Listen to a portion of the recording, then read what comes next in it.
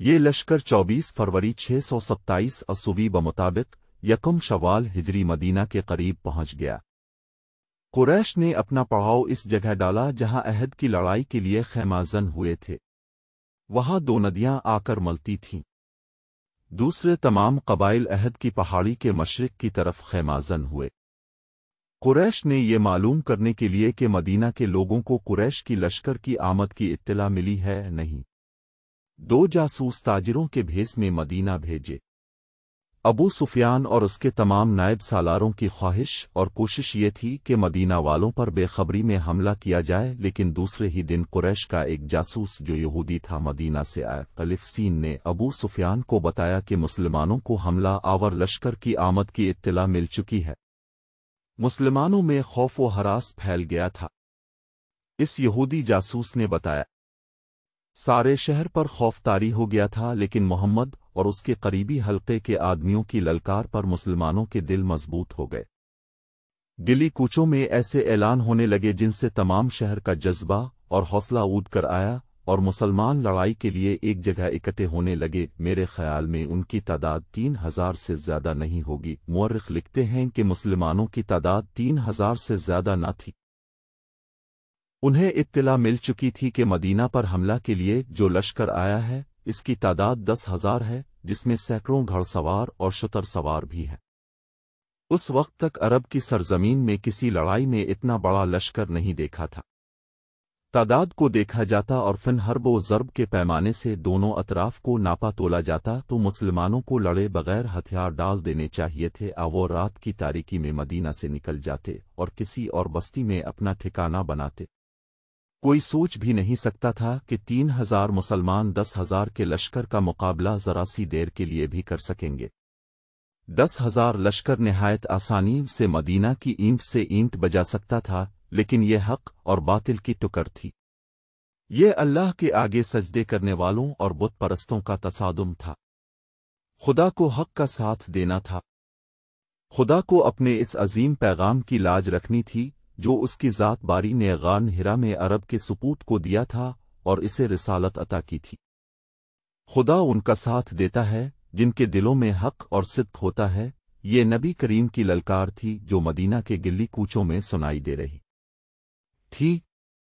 اے اللہ کی عبادت کرنے والوں، خدا تمہارا ساتھ اسی صورت میں دے گا جب تم دلوں سے خوف و ہراس نکال کر ایک دوسرے کا ساتھ دو گے اور اپنی جانیں اللہ کی راہ میں قربان کر دینے کا عزم کرو گے۔ جو ہمارے اللہ کو نہیں مانتا اور جو ہمارے دین کو نہیں مانتا وہ ہمارا دشمن ہے اور اس کا قتل ہم پر فرض ہے۔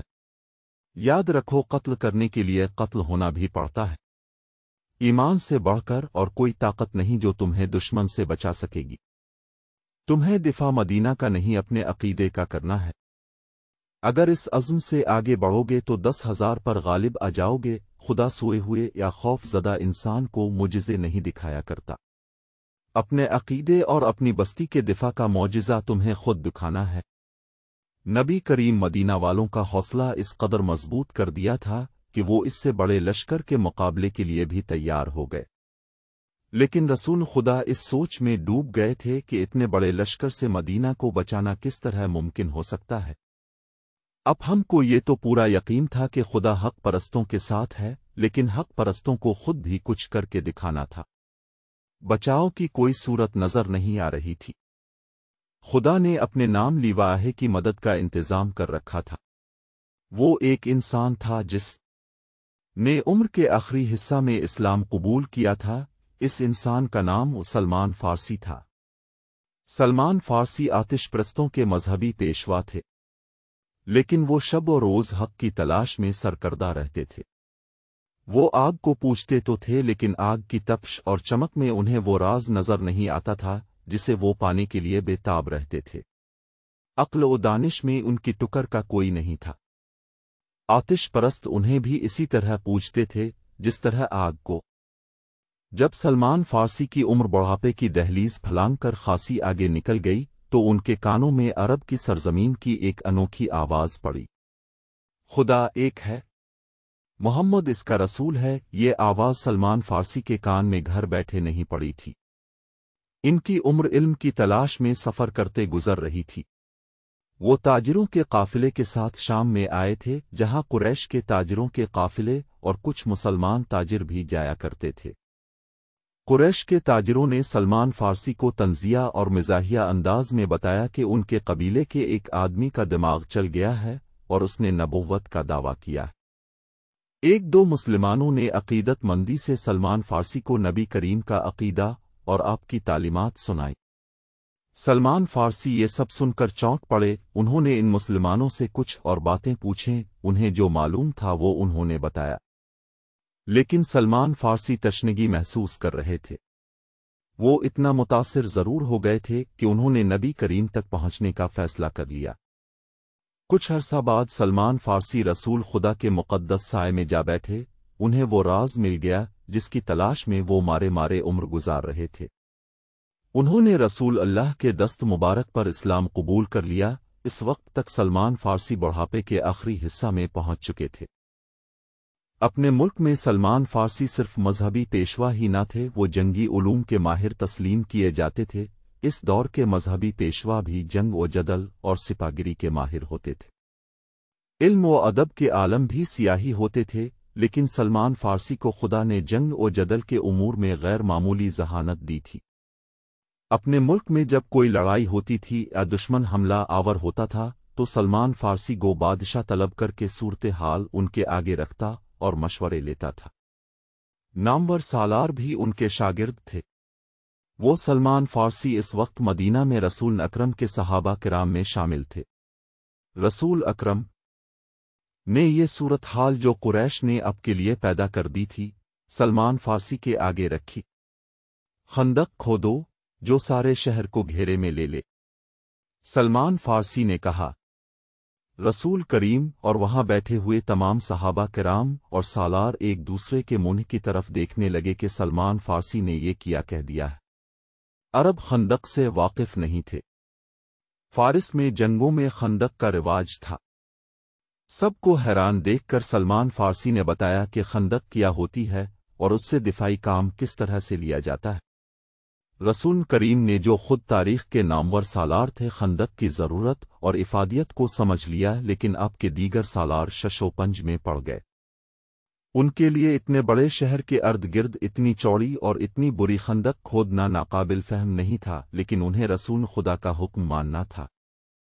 خندق کی لمبائی، چوڑائی اور گہرائی کا حساب کر لیا گیا۔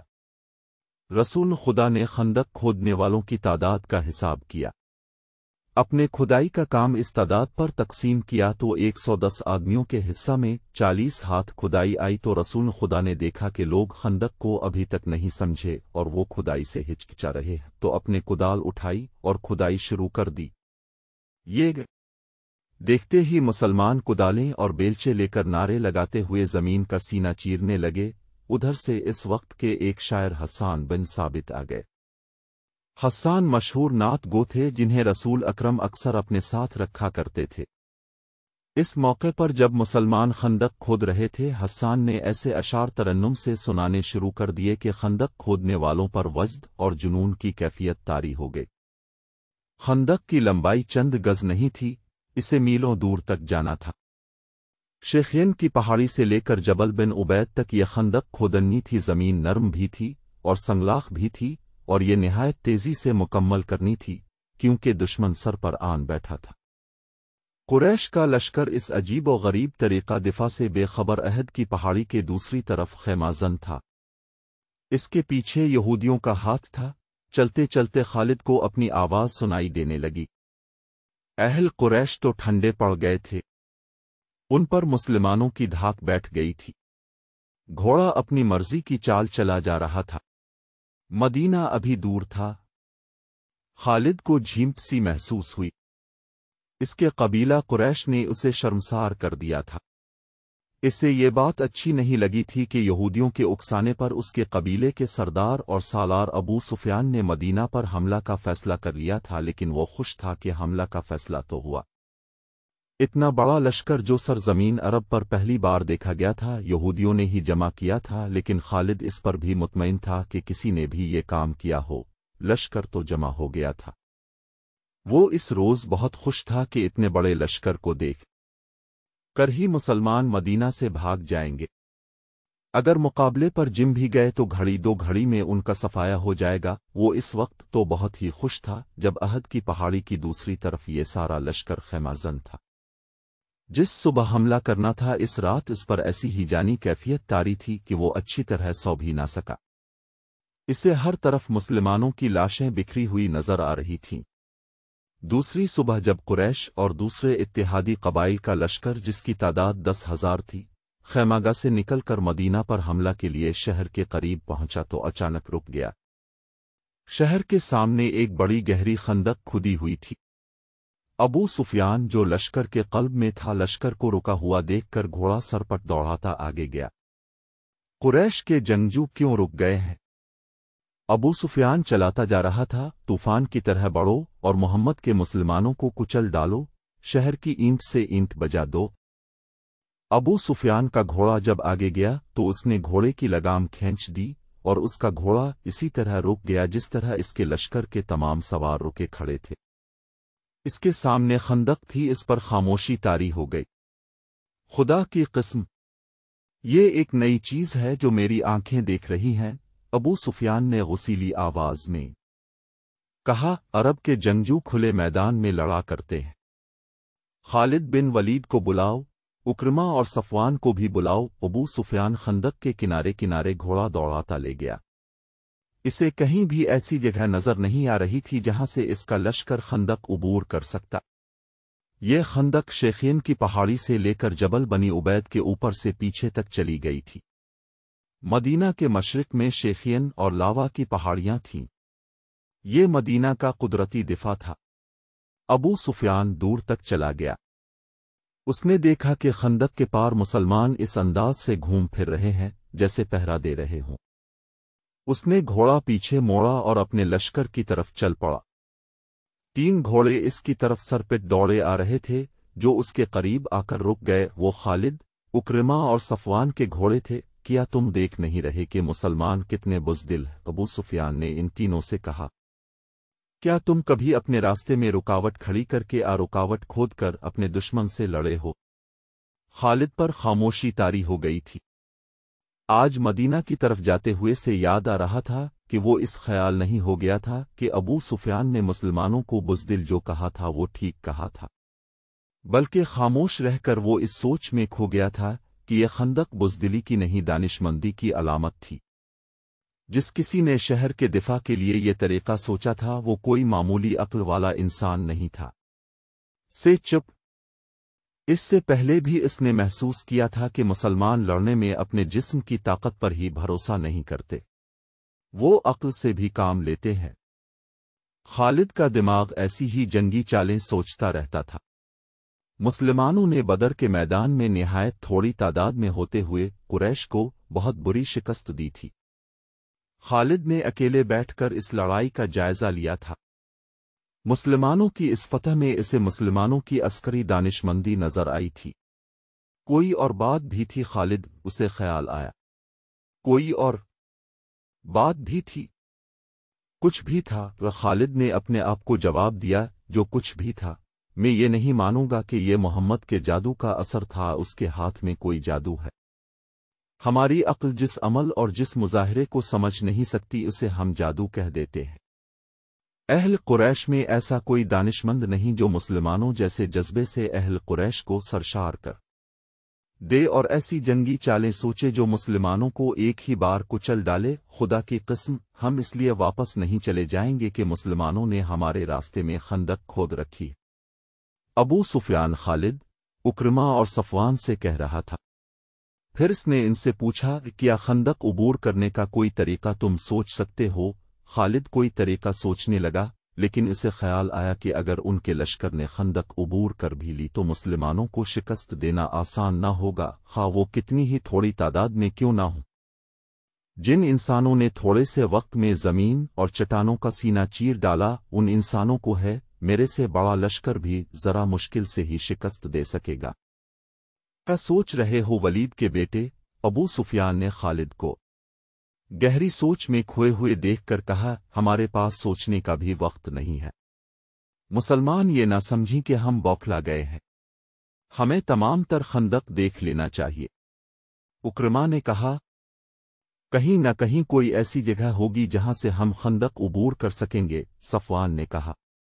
محاصرہ خالد نے خود اعتمادی سے کہا، مسلمان خندق کھود کر اندر بیٹھ گئے ہیں، ہم محاصرہ کر کے باہر بیٹھے رہیں گے۔ وہ بھوک سے تنگ آ کر ایک نہ ایک دن خود ہی خندق کے اس طرف آ جائیں گے جدھر ہم ہیں۔ ہاں، ابو سفیان نے کہا، مجھے یہی ایک طریقہ نظر آتا ہے جو مسلمانوں کو باہر آ کر لڑنے پر مجبور کر دے گا۔ امیم ابو سفیان اپنے ان تینوں نائب سالاروں کے ساتھ خندق کے ساتھ ساتھ تمام تر خندق کو دیکھنے کے لیے جبل بنی عبید کی طرف چل پڑا۔ سلا کی پہاڑی مدینہ اور جبل بنی عبید کے درمیان واقع تھی۔ مسلمان اس کے سامنے مورچہ بند تھے۔ ابو سفیان نے مسلمانوں کی تعداد دیکھی تو اس کے ہونٹوں پر طنزیہ مسکراہٹ آ گئی۔ وہ ذرا آگے بڑھا تو ایک گھوڑا جو بڑا تیز دوڑا آ رہا تھا اس کے پہلو میں قانون رکا۔ سوار کو ابو سفیان بڑی اچھی طرح پہچانتا تھا۔ وہ ایک یہودی تھا جو تاجروں کے بحروپ میں مدینہ کے اندر گیا تھا۔ وہ مدینہ سے شیخین کے سلسلہ کو میں سے ہوتا ہوا قریش کے لشکر میں پہنچا تھا۔ اندر سے کوئی ایسی خبر لائے ہو جو ہمارے کام آ سکے؟ ابو سفیان نے پوچھا اور کہا، ہمارے ساتھ ساتھ چلو اور اتنا اونچا بولتے چلو کہ میرے یہ تینوں نائب بھی سن سکیں۔ مسلمانوں نے شہر کے دفاع اور آبادی کے تحفظ کے جو انتظامات کر رکھے ہیں وہ اس طرح ہیں۔ یہودی نے کہا، یہ تو تم کو معلوم ہوگا کہ مدینہ چھوٹے چھوٹے قلعوں اور ایک دوسرے کے ساتھ ملی ہوئی بستیوں کا شہر ہے۔ مسلمانوں نے شہر کی عورتوں، بچوں اور ضعیفوں کو پیچھے کی طرف والے قلعوں میں بھیج دیا ہے۔ خندق پر نظر رکھنے کے لیے مسلمانوں نے گشتی پہرے کا جو انتظام کیا ہے اس میں 200 افراد شامل ہیں۔ یہ افراد تلواروں کے علاوہ پھینکنے والی برچھیوں اور تیر کمانوں سے مسلح ہیں۔ انہوں نے علاقے تقسیم کر رکھے ہیں جس میں وہ سارا دن اور پوری رات گشت کرتے ہیں۔ جہاں کہیں سے بھی تم خندق عبور کرنے کی کوشش کرو گے وہاں مسلمانوں کی خاصی زیادہ تعداد پہنچ جائے گی اور اس قدر زیادہ تیر اور برچھیاں برسائے گی کہ تم لوگ پیچھے کو بھاگ آنے کے سوا کچھ نہیں کر سکو گے۔ یہ بھی ہو سکتا ہے کہ راتوں کو مسلمانوں کے خیش خندق سے باہر آ کر تم پر شب خون مار کر واپس چلے جائیں۔ عبداللہ بن ابی کیا کر رہا ہے؟ ابو سفیان نے پوچھا۔ اے قریش کے سردار، یہودی جاسوس نے کہا، اتنی عمر گزار کر بھی تم انسانوں کو سمجھنے کے قابل نہیں ہو سکے۔ عبداللہ بن ابی منافق ہے۔ مسلمان اسے جماعت منافقین کا سردار کہتے ہیں اور ہم اسے یہودیت کا غدار سمجھتے ہیں۔ اس نے مسلمان ہو کر ہم غداری کی تھی۔ مسلمانوں میں جا کر اس نے تمہارے حق میں انہیں دھوکے دیے۔ اگر عہد کی جنگ میں تم جیت جاتے تو وہ تمہارے ساتھ ہوتا، مگر مسلمانوں کا پلہ بھاری دیکھ کر اس نے تم سے بھی اور یہودیوں سے بھی نظریں پھیر لی ہیں۔ تمہیں اس آدمی پر بھروسہ نہیں کرنا چاہیے جو کسی مذہب کا پیروکار اور وفادار نہ ہو۔ اور بن اختب کہاں ہے؟ ابو سفیان نے پوچھا۔ اسے محاصرے کا منظر یاد آنے لگا۔ لشکر کا جو حصہ اس کی زیر کمان تھا اسے اس نے بڑے اچھے طریقے سے محاصرے کی ترتیب میں کر دیا تھا۔ یہ محاصرہ 22 روز تک رہا۔ پہلے 10 دنوں میں ہی شہر کے اندر مسلمان خوراک کی کمی محسوس کرنے لگے، لیکن اس سے قریش کو کوئی فائدہ نہیں پہنچ سکتا تھا کیونکہ وہ اپنے ساتھ خوراک اور رسد بہت کم لائے تھے۔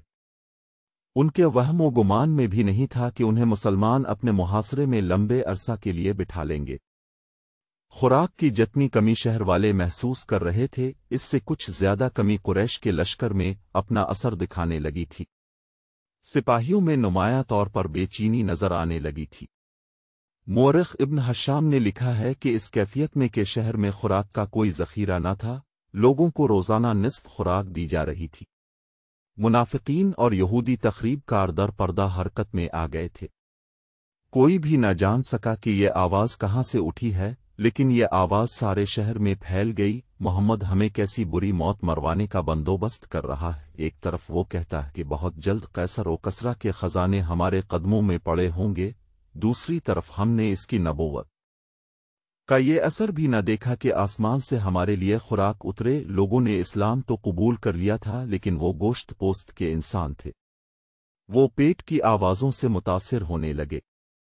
آخر ایک آواز نے انہیں پیٹ کے بھوت سے آزادی دلا دی۔ کیا تم خدا سے یہ کہو گے کہ ہم نے اپنے پیٹ کو خدا سے زیادہ مقدس جانا تھا؟ یہ ایک رات کی کڑک کی طرح آواز تھی جو مدینہ کے گلی کوچوں میں سنائی دینے لگی۔ آج خدا کو وہ لوگ عزیز ہوں گے جو اس کے رسول کے ساتھ بھوکے اور پیاسے جانے دے دیں گے۔ خدا کی قسم، اس سے بڑی بزدلی اور بے غیرتی مدینہ والوں کے لیے اور کیا ہوگی کہ ہم اہل مکہ کے قدموں میں جا گریں اور کہیں کہ ہم تمہارے غلام ہیں، ہمیں کچھ کھانے کو دو۔ رسول اکرم کے شہر کے دفاع میں اس قدر سرگرم تھے کہ اب کے لیے دن اور رات ایک ہو گئے تھے۔ اب اللہ کے محبوب نبی تھے، اب چاہتے تو معجزے بھی رونما ہو سکتے تھے، لیکن اب کو احساس تھا کہ ہر آدمی پیغمبر اور رسول نہیں، نہ کوئی انسان اپنین کے بعد نبوت اور رسالت کا درجہ حاصل کر سکے گا۔ اس لیے اب ان انسانوں کے لیے یہ مثال قائم کر رہے تھے کہ انسان اپنی ان لازوال جسمانی اور نفسیاتی قوتوں کو جو خداوند تعالیٰ نے انہیں عطا کی ہیں، استقلال اور ثابت قدمی سے استعمال کرے تو وہ معجزہ نما کارنامے انجام دے سکتا ہے۔ محاصرے کے دوران آپ کی سرگرمیاں اور آپ کی حالت ایک سالار کے علاوہ ایک سپاہی کی بھی تھی۔ آپ کو اس کیفیت اور اس سرگرمی میں دیکھ کر مسلمان بھوک اور پیاس کو بھول گئے اور ان میں ایسا جوش پیدا ہو گیا کہ ان میں بعض خندق کے قریب چلے جاتے اور تقش کو بزدلی کے تانے دیتے۔